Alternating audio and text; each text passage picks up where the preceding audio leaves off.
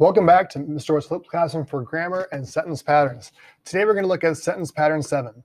So again, you're looking at your notes page to fill in the blanks and understand the notes, both the pattern itself as well as the examples that are provided.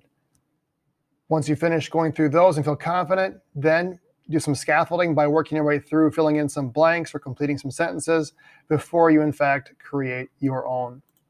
Let's look at Sentence Pattern 7. So continuing our idea with these sentence patterns, this set, focusing on series of appositives or modifiers.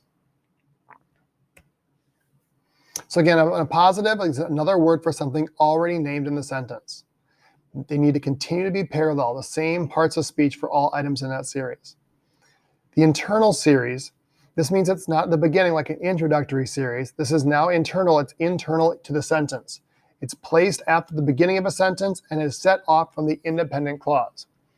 These kind of appositives are most often used immediately after the simple or complete subject, which is why, again, it's so important to find your main verb and your subject and set the series off after that.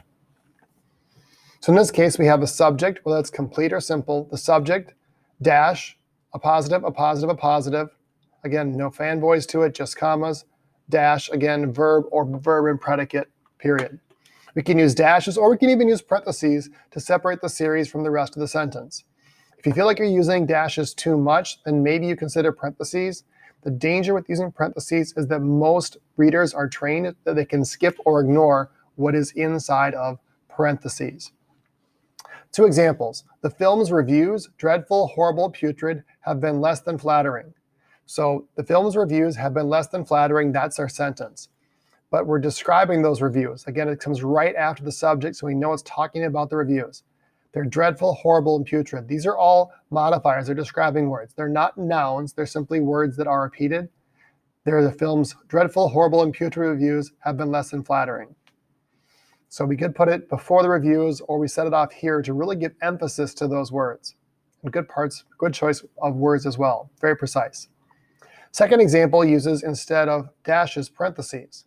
Most of the menu, appetizers, entrees, and sandwiches, is relatively inexpensive. So what's most of the menu?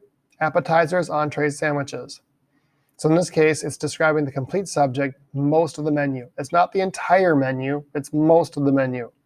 So most of the menu is relatively inexpensive. That's our sentence. What parts of the menu? Well, appetizers, entrees, sandwiches. So again, one of the advantages of doing appositives is that you could otherwise be creating two separate sentences, which is fine. It's what you've done before. But instead, we're finding creative ways to combine these two sentences into one. It saves you time and space. It also creates interest for your reader. So again, as you go back to this particular lesson, feel free to hit the pause button, replay part of this short video. Go at filling in the blanks. Again, you've got one with internal series with a dash, one with parentheses, and one where you have the series and you need to create the sentence around it before you craft 3 examples of your own.